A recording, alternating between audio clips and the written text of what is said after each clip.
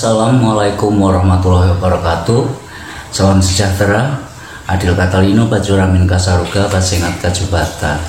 Bertemu lagi dengan saya Galuh Bayu Ardi. Kali ini melanjutkan untuk mata kuliah pengantar epistemologi antropologi yang pada minggu lalu dan juga beberapa minggu terakhir agak sedikit terlambat. Setelah kemarin pada bagian pertama sebelum UAS kita sempat membahas mengenai apa itu paradigma dan lain sebagainya, dan juga unsur-unsur dari sebuah paradigma, maka di sini saya akan melanjutkan lagi untuk kita akan menghubungkan atau kita akan membahas secara sekaligus mengenai epistemologi dan juga paradigma-paradigma yang ada di antropologi.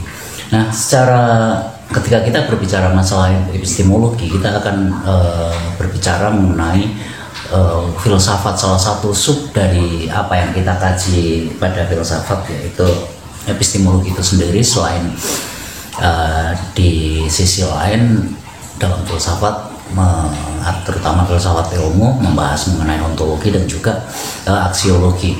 Nah, kali ini kita akan secara bertahap, dan yang paling pertama kita akan mencoba untuk mengenal filsafat positivisme atau filsafat yang bersifat positivistik atau sebagai sebuah aliran filsafat positivisme. Dan aliran positivisme ini memang sesuatu yang berangkat dan menancapkan tonggak untuk ilmu pengetahuan modern mengenai apa itu epistemologi dari dari positivisme. Ini memang tidak lepas dari keberadaan dari statement atau pernyataan-pernyataan dari Auguste Comte, atau seorang filsuf yang menjadi landasan untuk bidang ilmu sosiologi pada perkembangan. Pemikiran positivisme ini pada dasarnya adalah sebuah cara atau sebuah usaha atau sebuah langkah untuk mengkaji mengenai bagaimana pengetahuan tentang pengetahuan itu sendiri, teori-teori tentang pengetahuan, dan juga teori-teori mengenai manusia. Jadi memang hal yang dengan demikian memang akhirnya dinyatakan bahwa Auguste Comte ini adalah seorang bapak dari ilmu sosiologinya, dan beliaunya juga merupakan pemikir positivisme pertama yang berada pada saat bangkit awalnya ilmu pengetahuan modern ini. Oke, dan di sini pemikiran awal yang memang sering kali dibahas oleh Auguste Comte atau pada filsafat positivisme ini adalah bagaimana mereka menyusun perkembangan atau teori-teori perkembangan akal budi manusia, atau mungkin sekarang kita bisa katakan itu kebudayaan, atau bagaimana cara manusia berpikir tentang ilmu pengetahuan itu, dan juga bagaimana pengetahuan itu kemudian berkembang mulai dari pengetahuan yang mistis sampai pengetahuan yang religius sampai pada pengetahuan yang saintifik hari ini. Oke, namun kemudian, dan sementara kalau untuk istilah mengenai positivisme sendiri atau istilah positivis ini muncul pertama kali dari Francis Bacon. Francis Bacon itu adalah seorang pemikir dari Inggris, dan disinilah positivisme itu mulai menancapkan tonggak, dan memang pertama kali dianggap sebagai ilmu pengetahuan modern atau pendapat ilmu pengetahuan, terutama pada di sini pada konteks ilmu sosial tentu saja, dan dan pada saat itu kaum positivistik, siapapun itu ahlinya, mereka mengatakan bahwa positivisme itu adalah satu-satunya pengetahuan yang valid. Kemudian bahwa pengetahuan yang valid itu beranjak dari fakta-fakta dan salah satunya adalah ketika mereka membahas tentang perkembangan pengetahuan, perkembangan mengenai akal budi manusia atau perkembangan mengenai manusia ini memungkinkan untuk mengkaji fakta-fakta historis itu sebagai suatu objek pengetahuan juga yang akan dapat digunakan untuk melihat semua perkembangan ini. Dan kita juga di sini ada sebuah pernyataan juga bahwa segala macam objek pengetahuan atau segala macam pengetahuan atau keberadaan subjek di balik fakta-fakta sejarah tersebut, atau ada pendapat-pendapat subjektif mengenai sebuah pemikiran sejarah dalam menelaah fakta, itu benar-benar ditolak. Jadi mereka benar-benar pernyataannya, mereka benar-benar menolak fakta-fakta atau segala macam yang berkaitan atau beranjak dari subjektivisme untuk menelaah menelaah apapun. Dan ketika ditelaah secara subjektivisme, kaum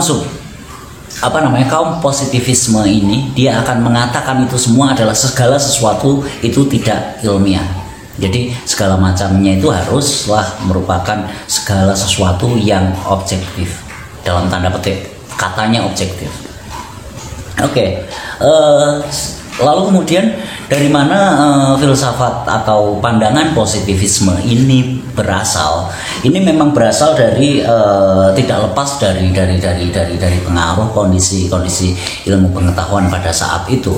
Kondisi pemikiran di Eropa dan di Barat pada abad awal-awal abad 19 tersebut, seperti misalnya pengaruh dari revolusi industri. Ya, revolusi industri itu sendiri muncul dari berbagai hal yang yang muncul pesatnya ilmu pengetahuan, pesatnya perkembangan ilmu-ilmu yang dianggap atau yang pada saat itu dinyatakan bahwa ilmu-ilmu tersebut adalah universal. Lalu kemudian hal yang universal tersebut, pendapat-pendapat bahwa ada satu kebenaran yaitu pendapat positivisme, segala sesuatu yang mungkin empiris, terukur dan lain sebagainya. Lalu kemudian ini juga moralitas bahwa segalanya ada satu titik yang universal menjadi satu kebenaran tertentu ini pada masa positivisme ini juga merebak atau mempengaruhi banyak hal, dalam arti masuk pada sistem politik, etika, bahkan sistem kepercayaan ataupun agama pun juga mulai menjadi segala sesuatu yang memang harus diempiriskan, segala sesuatu yang harus terlacak oleh panca indera, segala sesuatu yang ada argumentasi logisnya. Dan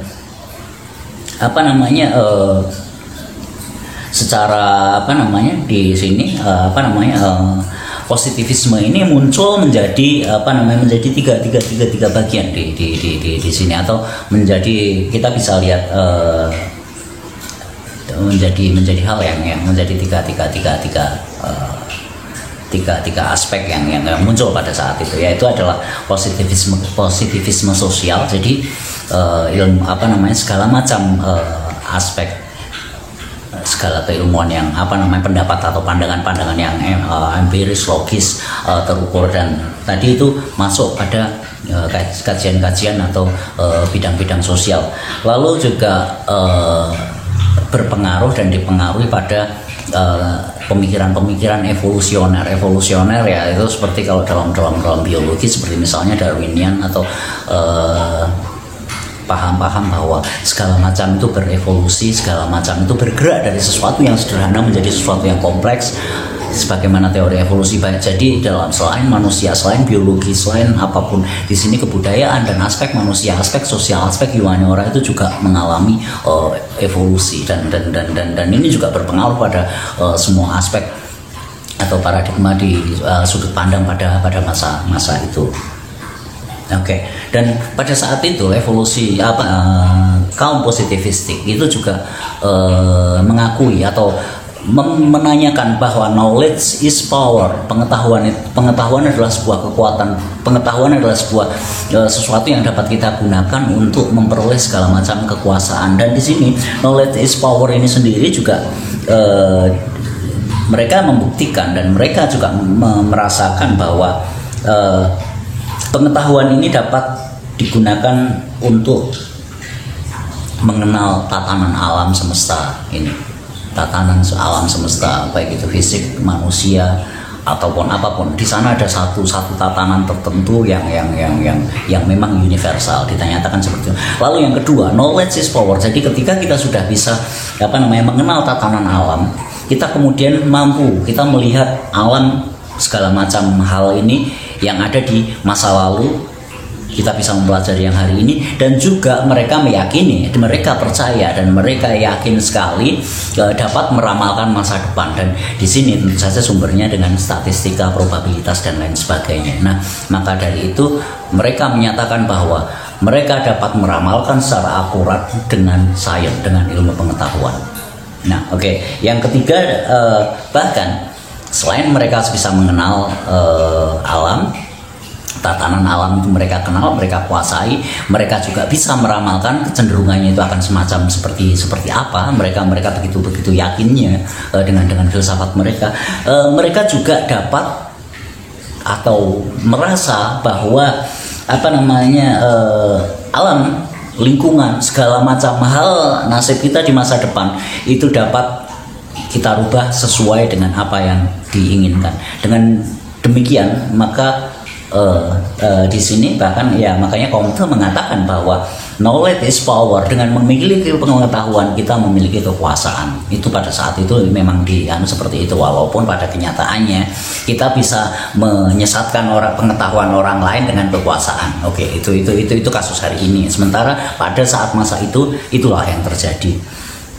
Kemudian di sini ketika kita melihat arti positivisme ini, positivisme itu artinya positif, artinya segala sesuatu itu di sini merupakan sebuah pandangan optimistik, pandangan bahwa yang namanya perubahan itu pasti akan selalu progres, selalu akan perubahan itu akan naik. Dan di sini diyakini bahwa segala macam perubahan itu dari sesuatu yang sederhana menuju sesuatu yang kompleks, dari segala sesuatu yang tidak teratur menuju ke arah keteraturan. Ini adalah keyakinan ataupun asumsi dari filsafat positivisme ini. Walaupun kenyataannya seperti apa, tapi keyakinan itu mereka pegang, dan segala macam perubahan akan menjadi lebih baik, akan menjadi lebih maju. Jadi hanya ada istilah progres di sana. Kemudian di sini mereka juga memiliki pandangan yang saintis dalam arti bahwa semuanya bisa diselesaikan secara ilmiah, secara saintis, secara keilmuan. Dan kemudian di sini landasannya adalah empiris, sesuatu yang dapat dilihat oleh panca indera, segala sesuatu yang terukur, segala sesuatu yang bisa diraba, dilihat, didengarkan dan dirasakan di sini. Sehingga dengan empirisme pandangan empirisme ini dibutuhkan segala sesuatu yang saintis tadi dengan berupa pembuktian tidak hanya sekedar fakta, pembuktian yang bisa dipegang atau istilahnya di indera atau kita bisa melakukan sensing di sana, bisa di indera, teraba, real, nyata. Dan apa yang melandasi itu semua sebetulnya adalah dikatakan bahwa kemajuan yang dibawa itu adalah beberapa ilmu yang membawa kemajuan sampai terjadi revolusi industri dan lain sebagainya. Di sini yang dikatakan bahwa segala macam ilmu itu ketika itu menjadi ilmiah itu harus mengikuti kaidah. Yang pertama adalah kaidah matematika, kaidah astronomi yang memang saat itu juga mulai maju, kaidah fisika, kaidah kimia, biologi seperti yang maju dalam muncul dalam bidang kedokteran dan lain sebagainya. Dan yang terakhir adalah yang mengadopsi itu semua adalah ilmu sosiologi yang sedang dikaji oleh Auguste Comte. Jadi ketika semua itu tidak tunduk pada kaidah matematik, tidak kaidah astronomi, kaidah fisika, kimia dan biologi, itu dianggap tidak ilmiah. Nah, warisan ilmiah ini juga di sini ya memang karena jasa dan positivisme ini meletakkan dasar sebuah kemajuan yang sangat pesat hingga saat dari abad 19 sampai abad 20 kemarin, sehingga ditemukannya banyak teknologi, industri menjadi maju. Ini memang tidak diragukan. Tapi ketika ini digunakan untuk mempelajari atau untuk mengkaji atau untuk mengamati manusia yang sangat paradoksal ini, di sini nanti akan bisa kita lihat mengapa kemudian ada pendekatan lain, atau mengapa nanti ada ada epistemologi atau ada filsafat aliran lain, sehingga tidak hanya positivisme ini. Walaupun karena kemanjuran positivistik ini, saat ini pemikiran kita sedang menuju dan sedang mempertahankan positivisme di sini. Jadi ada kebenaran tunggal dan lain sebagainya. Oke, kita lanjutkan. Hal ini semua akhirnya berdampak pada dalam positivisme ini, berdampak pada cara pada metode penelitian atau metode yang digunakan. Metode yang digunakan adalah, yang pertama adalah metode observasi mengenai fakta. Nah, observasi ini pun juga dikatakan harus objektif. Jadi apa yang ada, apa yang terlihat itu yang kemudian melandasi observasi. Tapi ini tentu saja berbeda dengan observasi yang lain, karena di sini observasi yang positivistik ini dilakukan dengan salah satunya selain observasi, dan apa itu yang diobservasi adalah penyusunan hipotesis yang harus diuji. Jadi kita udah punya pendapat, kita melihat fakta empiris, memiliki pendapat, menduga, kemudian menyusun hipotesis, dan akhirnya kemudian untuk mengujinya dan diuji. Ini akhirnya, dan pengujian itu harus terukur, harus empiris, dan juga itu sebagai asumsi dasarnya. Dan setelah kita melihat hasil-hasil dari segala macam eksperimental tadi atau pengujian tersebut yang membuktikan hipotesisnya itu yang benar yang mana, dari iya dan tidak, dan itu menggunakan kaidah-kaidah statistik pada dasarnya, itu nanti kemudian akan lebih lengkap, dikatakan lebih lengkap ketika itu kemudian dikomparasikan atau dibandingkan. Nah, coba kita rasakan, dan hari ini kita masih terjebak dalam hal itu, sehingga kemajuan sudah tidak bisa kita dapatkan lagi, karena saat ini segala hal penelitian itu sudah melampaui positivisme. Sementara kita sendiri mau. Keistimewaan berikutnya adalah pada filsafat ini adalah filsafat yang sangat-sangat optimis. Filsafat mereka, sehingga mereka mengatakan mereka dengan statistiknya, dengan perhitungan matematisnya, dengan eksperimental yang akuratnya, mereka bisa mengatakan bahwa segala hal bisa diramalkan. Dan segala hal bisa diramalkan, kita masih bisa melihat tingkat keakuratan bagaimana ramalan cuaca, lalu kemudian beberapa hal yang lain, pola pergeseran di bidang-bidang ilmu alam ini masih sangat-sangat berlaku, dan memang masih bisa jadi panduan untuk melakukan prediksi-prediksi tertentu di bidang-bidang kajian fisik, kimia, biologi, dan astronomi dan lain sebagainya. Lalu kemudian di sini juga tadi karena itu semua mereka berjasa pada kemajuan teknologi hari ini, mulai sampai dengan komputer, gadget, dan lain sebagainya. Segala sesuatu itu kalau tidak terukur, sulit untuk bisa akhirnya merancang roket, merancang HP seperti ini, merancang bagaimana kamera ini bisa muncul, bagaimana gelombang elektromagnetik ini bisa, dan lain sebagainya, seperti peralatan komunikasi dan lain sebagainya. Dan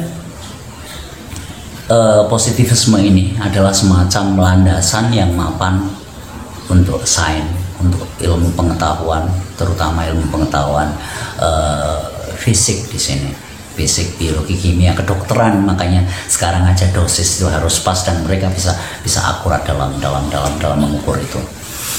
Nah, sekarang kita mengapa ada berikutnya kemudian ada banyak perkembangan filsafat-filsafat atau epistemologi yang lainnya selain positivisme ini. Dan kelemahan yang kedua adalah sesuatu yang tidak dapat diuji, sesuatu yang tidak empiris itu dianggap dianggap salah, seperti misalnya agama, bahasa dan lain sebagainya. Mungkin hal itu dianggap tidak ilmiah, tidak saintifik. Kemudian di sini terjadi gradasi posisi kemanusiaan. Segala macam yang manusiawi, humaniora itu dianggap tidak penting, karena manusia dan lain sebagainya dianggap hanya sekedar makhluk biologi. Mekanisme emosional dianggap juga hanya sekedar reaksi-reaksi kimia dalam tubuh yang ya itu tidak berbeda dengan makhluk-makhluk lain. Kemudian hilangnya makna kemanusiaan di sini, makna keindahan, seni dan lain sebagainya mungkin dianggap tidak ada. Tapi gimana caranya untuk selalu produktif, menghasilkan progres, dan sisi kemanusiaan berupa perasaan dan lain sebagainya disingkirkan. Lalu kemudian kajian-kajiannya berhenti hanya berhenti, atau istilahnya hanya berada pada titik empiris dan validitasnya saja. Tadi hilangnya mana panca, dan hanya menggantungkan panca indera, apa yang terlihat, apa yang terukur, apa yang terasa, apa yang tercium, apa yang terdengar dan lain sebagainya. Itu saja, sehingga tertutup untuk mengetahui atau eksplorasi terhadap ranah-ranah lain di dalam alam dan dunia ini, ya selain hal yang fisik-fisik tadi. Dan satu lagi, khasnya filsafat positivistik ini adalah anti kritik. Jadi ketika itu tidak empiris atau dikritik dan lain sebagainya, ini dianggap sebagai, bahkan positivisme itu akhirnya menjadi yang terakhir, menjadi dogma dan kehilangan sisi kritisnya. Dan yang khas sekali adalah anti kritik. Oke, saya rasa saya cukupkan sekian dulu untuk mata kuliah ini. Nanti tentang aliran-aliran atau paradigma antropologi yang masuk dalam epistemologi positivistik ini, paradigma apa saja akan saya lanjutkan satu persatu seiring dengan langkah-langkah epistemologi yang lain seperti materialisme, historis, hermeneutik, interpretif sampai ke posmo. Nanti secara bertahap akan kita bahas satu persatu. Oke, assalamualaikum warahmatullahi wabarakatuh. Salam sejahtera untuk semuanya. Adil Katalino Pacuramin Kasaruga, Basengat Kajubata. Salam, selalu sehat selalu.